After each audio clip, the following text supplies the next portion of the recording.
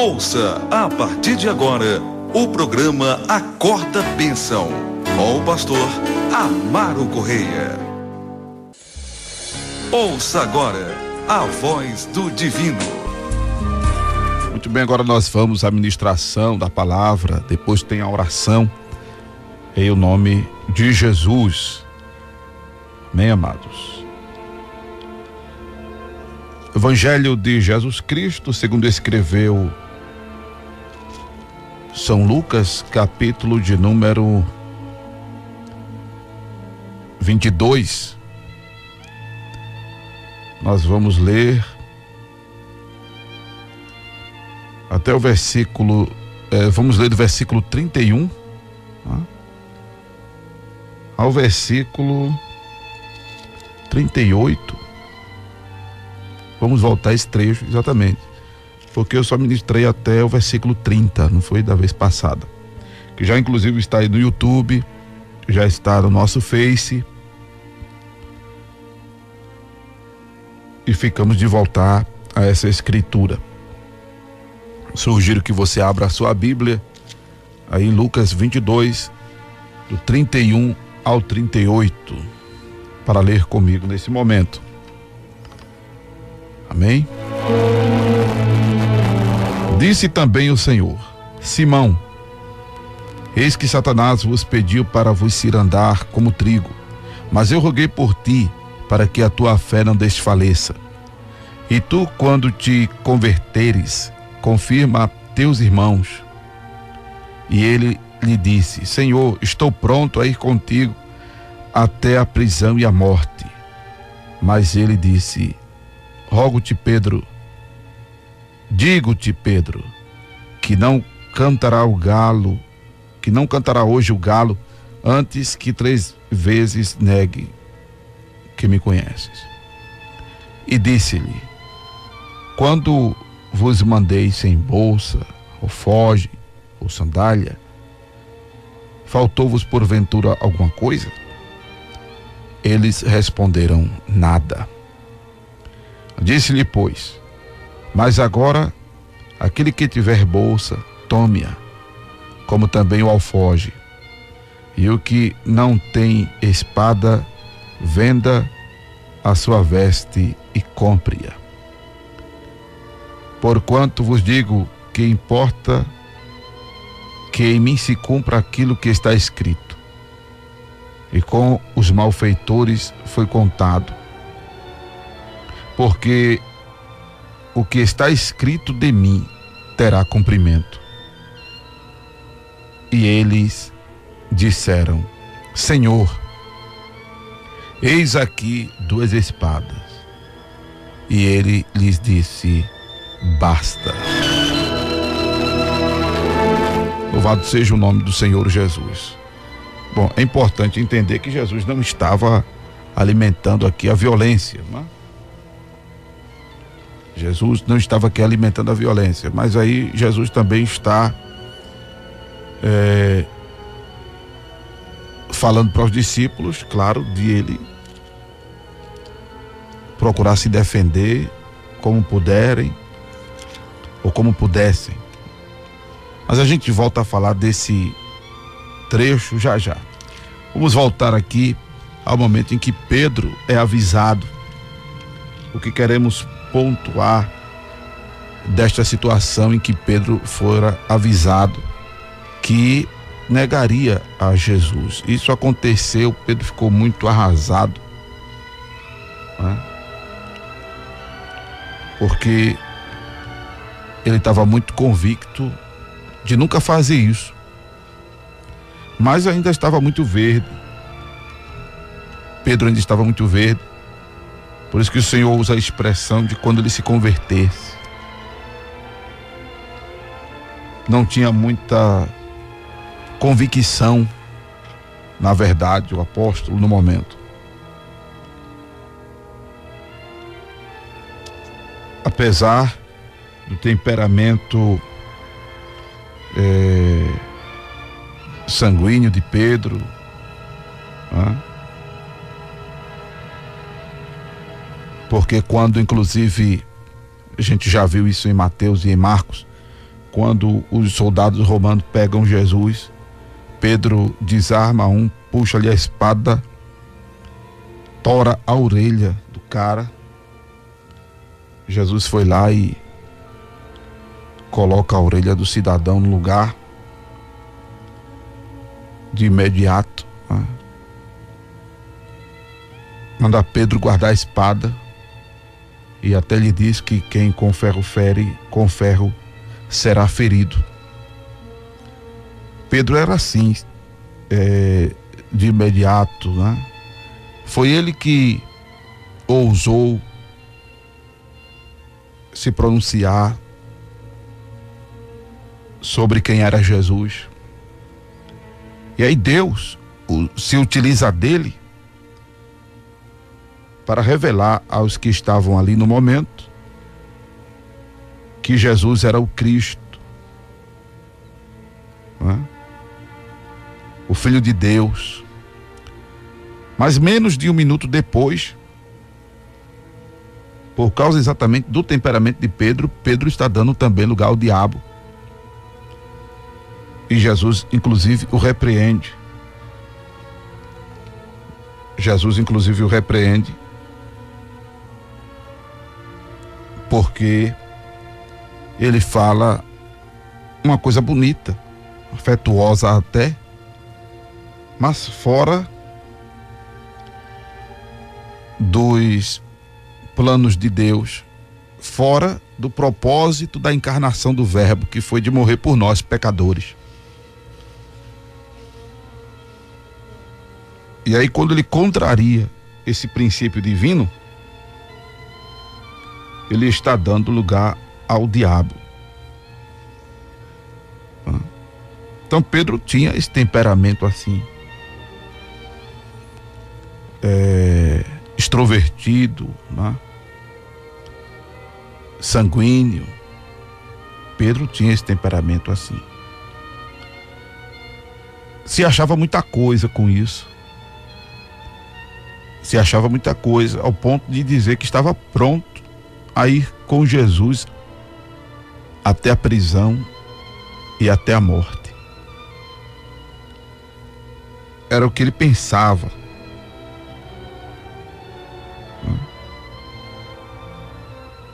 Que faria. Aí Jesus vem com esta palavra, dizendo inclusive que Satanás havia pedido para se andar com ele, como trigo. Aí deixa eu pontuar isso aqui. Você que é familiarizado com a Bíblia Sagrada, já deve ter lido o livro de Jó, se não já ouviu, que quando os filhos de Deus foram se apresentar a Deus, Satanás foi no meio. Satanás é o mesmo elemento imprestável, o diabo é o mesmo elemento imprestável. Não tenha medo de estar ouvindo esse nome, não, viu? Porque maior é Jesus que está contigo. Agora, se Jesus não está contigo, aí realmente você tem que ter medo mesmo e se agarrar com Jesus, tá? Algumas pessoas ainda o chamam de Lucifer, mas ele não é Lucifer ou Lúcifer, não, porque Lúcifer significa querubim ungido, anjo de luz, e ele não é mais anjo de luz. Os evangélicos, não sei se por medo, mas passaram a chamá-lo de inimigo, que não deixa de ser, né, inimigo das nossas almas. É o termo mais usado pelos crentes quando se refere a Satanás, ao diabo. A gente prefere também, claro, estar usando mais esse nome, né? Que é até melhor do que estar dando cartaz a esse safado. Bem, deixa eu voltar aqui ao caso de Jó. Como eu estava dizendo, Jó capítulo 1, verso 6, vindo um dia em que os filhos de Deus vieram apresentar-se perante o Senhor, veio também Satanás entre eles. Então o Senhor disse a Satanás: de onde vens? E Satanás respondeu ao Senhor e disse: de rodear a terra e passear por ela. Aí quando o Senhor fala com ele tal sobre Jó, e aí é quando também o inimigo acusa Deus de subornar Jó com todas as sortes de bênçãos. Já dei uma palhinha aqui em outra oportunidade que Deus usa Jó como instrumento para defender a sua integridade divina, a sua integridade moral, porque Deus é um ser moral. E usa Jó naquela situação para defender-se e também defender o lado humano, né? Que há pessoas que servem a Deus por amor, por gratidão, por se sentirem devedoras a Deus e por amor a Deus. Há os que só servem a Deus por interesse, há os que vão aos cultos só para buscar bênção, há os que fazem as coisas esperando receber um retorno, né? Mas há pessoas que não são assim.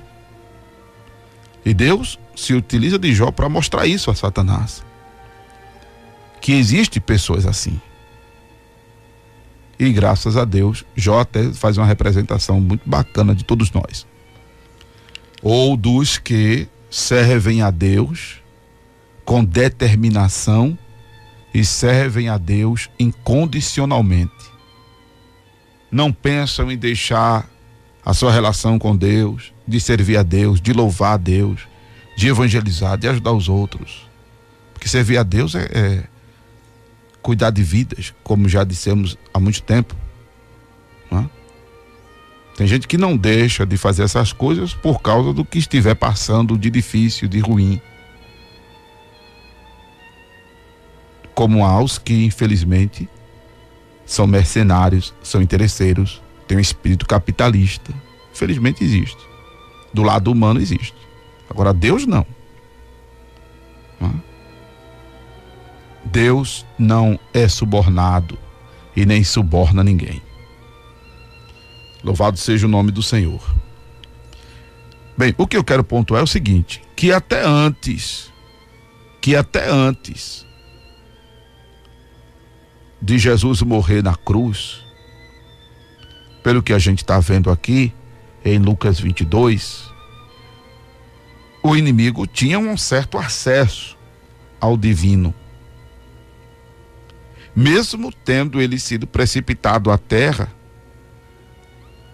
como está escrito em Apocalipse, capítulo 12, versículo 12, ai dos que habitam na terra e no mar, porque o diabo desceu a voz e tem grande ira.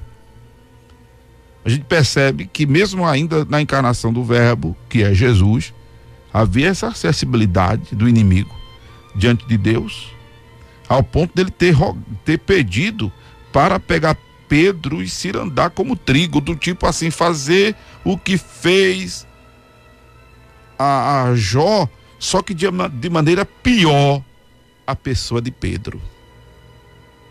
Havia um certo...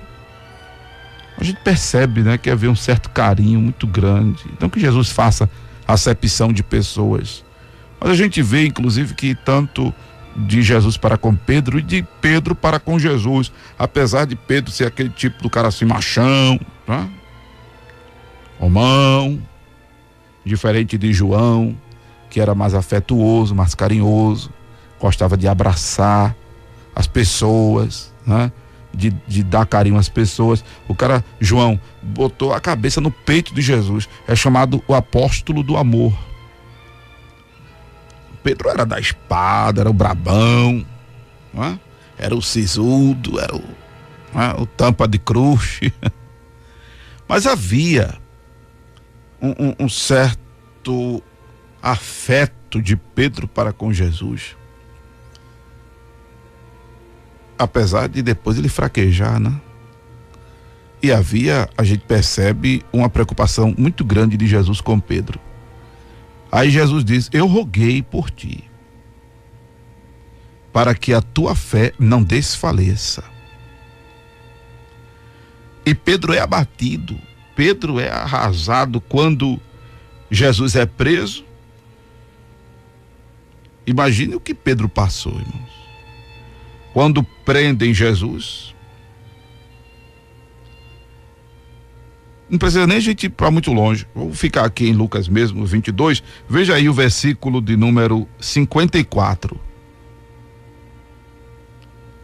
Prendendo Jesus, o meteram em casa do sumo sacerdote e Pedro seguia-o de longe.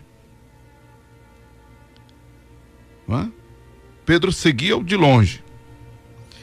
E havendo-se acendido no fogo, no meio do pátio, estando todos sentados, sentou-se Pedro entre eles.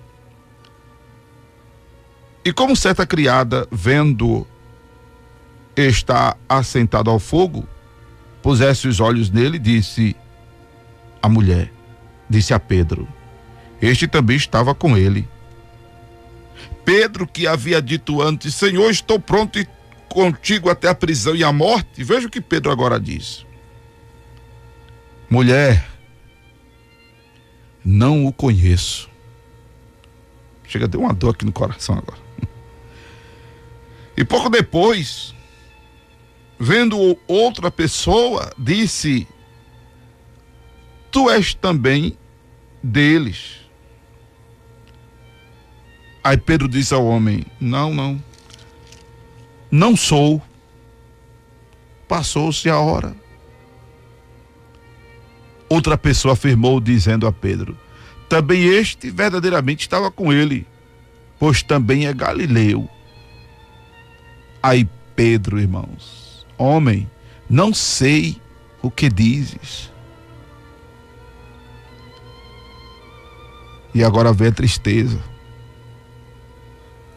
E logo estando ele ainda a falar, cantou o galo. Eita, irmão. Meu Deus, eu nunca falei desse momento assim para me emocionar, como estou me emocionando agora. Imagine a facada que Pedro levou das próprias mãos agora. Ei, eu que disse. Imagine, né, Pedro assim. Estaria com Jesus até a prisão, até a morte. E ele disse que antes que o galo cantasse, 3 vezes eu negaria. E eu disse, não. E eu acabei de dizer que, não o conhecia, que não eram deles, que não era dele, que não estava com ele. E o galinho acabou de cair. Ô, galo abençoado. Acho que o próprio Pedro teve tanta vontade de botar esse galo na panela e dar para os outros. Que situação. Bem, deixa eu voltar a pontuar aqui, infelizmente, sobre o inimigo, que graças a Deus ele não tem mais acesso a Deus. Por outro lado, é muito ruim também. Porque, exatamente como está escrito em Apocalipse, capítulo 12, ai dos que habitam na terra e no mar, porque o diabo desceu a voz e tem grande ira. O nome dele, o nome Satanás, é porque é acusador. Diabo, quando tenta a gente, nos induz ao pecado, a fazer o que não devemos, né? E tal. Fica provocando, atiçando pra gente fazer besteira, né? Pra gente perder a cabeça, pra gente fazer a coisa errada. Aí é quando o adjetivo aplicado a ele é diabo. Satanás quando acusa. E aí o Senhor diz, ai dos que habitam na terra e no mar, exatamente porque a acusação dele agora é tão ruim quanto antes, porque ele antes nos acusava diante de Deus, e aí Deus, obviamente, sabendo a nossa estrutura, né, administrava a situação. Como administrou a situação de Jó. Como Jesus administrou a situação de Pedro. Veja a investida que foi grande, né? Na cabeça de Pedro no momento em que ele nega Jesus. Jesus só o avisou, né, do que ia acontecer. E glória a Deus que Jesus o avisou. Se Jesus não o tivesse avisado, ia ser muito ruim. Porque uma pessoa avisada, né, como é que se diz popularmente, vale por duas, né? A pessoa preparada, a pessoa já estruturada para receber qualquer impacto, ela já se posiciona para uma certa resistência. A pessoa desavisada, a vulnerabilidade é muito grande. Mas, em se tratando da acusação do inimigo, ele já não tem mais acesso a Deus para isso. Só tem acesso agora a Deus aqueles que se chegam por Jesus. O véu do templo foi rasgado de alto a baixo quando Jesus morreu no Calvário. E todo ser humano que crê, que tiver fé, se chega a Deus por Jesus, o caminho, a verdade e a vida. E ninguém vai ao Pai senão por Jesus. Jesus, disse Paulo a Timóteo, é o único mediador entre Deus e os homens. Não é Pedro, não é João, não é Paulo, não é Maria, não são nenhum dos apóstolos, não é nenhum pastor, não é nenhum bispo, nenhum padre, nenhum papa, nenhum pai de santo, ninguém. Só Jesus é o acesso direto ao próprio Deus. Primeiro porque ele, Jesus, é Deus em forma humana. Primeiro também porque o véu do templo foi rasgado. O véu do templo era exatamente uma figura do obstáculo que havia, da barreira de separação que havia entre o homem e Deus. Quando Jesus morre, sobrenaturalmente, o véu do templo é rasgado de alto a baixo. E quando a gente estudou sobre o tabernáculo, a gente percebe que este véu, ele era resistentíssimo, né? Era muito resistente. Para se rasgar, daria trabalho. Mas ele é milagrosamente rasgado de alto a baixo. O véu do templo que separava o lugar santo do lugar santíssimo no tabernáculo. O lugar santíssimo era o lugar onde ficava a arca da aliança, que tinha os querubins sobre a tampa da arca, chamada a tampa propiciatório, onde o sumo sacerdote entrava uma vez por ano e onde a glória de Deus era manifestada. Então, o véu do templo sendo rasgado, isso representou exatamente a acessibilidade ao divino dada pela morte de Jesus na cruz a todos. Então há um só mediador entre Deus e os homens, Jesus Cristo, homem. Mas a ação agora do inimigo é entre nós e em nós, mais do que nunca entre nós.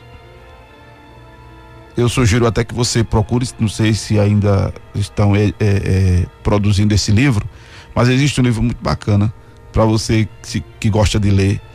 O tema do livro é assim: o diabo está vivo e ativo no planeta Terra. O diabo está vivo e ativo no planeta Terra.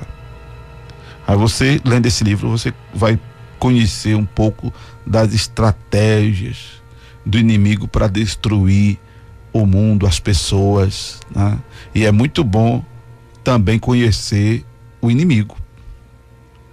Não para ter amizade com ele, mas para ter uma ideia da estratégia. Eu tenho dificuldade de dizer essa palavra, né? Como o inimigo é estratégico. Aí é bom saber das estratégias dele para exatamente defender-se, né? Contra-atacá-lo. Aí eu sugiro que você, se puder, comprar esse livro e ler, né? Além de ler a Bíblia. A Bíblia, que é a palavra de Deus, aí é indispensável. Deve ser lida diária e regularmente.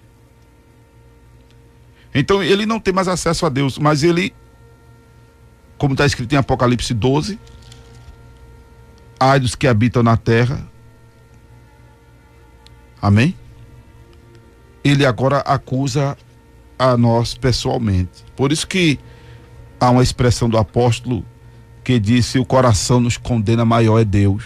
Porque o coração, segundo a anatomia de Jesus, Mateus 15, verso 19, está na cabeça. Amém? Do coração vem os maus pensamentos. E aí o inimigo, ele não lê a nossa mente, mas ele joga o que a gente chama folcloricamente de seta. E uma das setas do inimigo é de estar lembrando o nosso passado, nossos erros, o nosso passado negro, né? A vida pregressa, o que fizemos de errado. A ideia do inimigo é essa, é nos abater, é tentar gerar em nós insegurança do perdão divino, do perdão que nos foi concedido por Deus quando nos arrependemos do pecado que praticamos. E não tem coisa pior do que a acusação, como diz o poeta, de todas as provas que eu já passei. É bem difícil, Senhor, a gente ter que ouvir acusações do vil tentador. Lembranças do passado vêm que querem me fazer parar. Ou mesmo palavras de alguém que não quer na gente acreditar. E quase parando, sem forças e vigor, a gente lê a palavra e encontra bastante poder e tal. Eu vou tocar esse hino aqui, não é? Mas é forte isso. E o camarada tem que estar muito centrado na palavra para não esmorecer. Aquilo que eu falei de Jonas, que isso era motivo também, ó, porque isso em Pedro certamente gerou um abatimento, irmão. Permita-me a expressão, que alguns se escandalizam com isso, mas isso gerou em Pedro um abatimento desgraçado. Em saber que o cara negou Jesus, se lembrar que o cara negou Jesus agora, depois de ter tropeçado sobre suas próprias palavras, dizer: não, Senhor, eu vou preso contigo, e se for preciso eu vou à morte. Mas agora o cara está negando Jesus. Imagine a vergonha. Porque quem tem vergonha, irmão, o que está faltando em muita gente é vergonha. Eu ia dizer uma palavra aqui, do bolo fecal que faz, né? Bolo fecal é merda, pronto, saiu. Era para muita gente ter vergonha das merdas que fazem, sabe? Dos erros que cometem. Que quem tem vergonha não faz vergonha, não se gloria no pecado. Tem gente que se gloria, irmão, no pecado. Por isso que Paulo diz que esquecia das coisas que para trás ficavam. Paulo disse que tinha coisa que era vergonha. Ele tinha vergonha de dizer que ele fazia. Pensa que Paulo saía por aí dizendo: eu matei muito crente, eu mandei matar muita gente. Lembra de Estevão, irmão?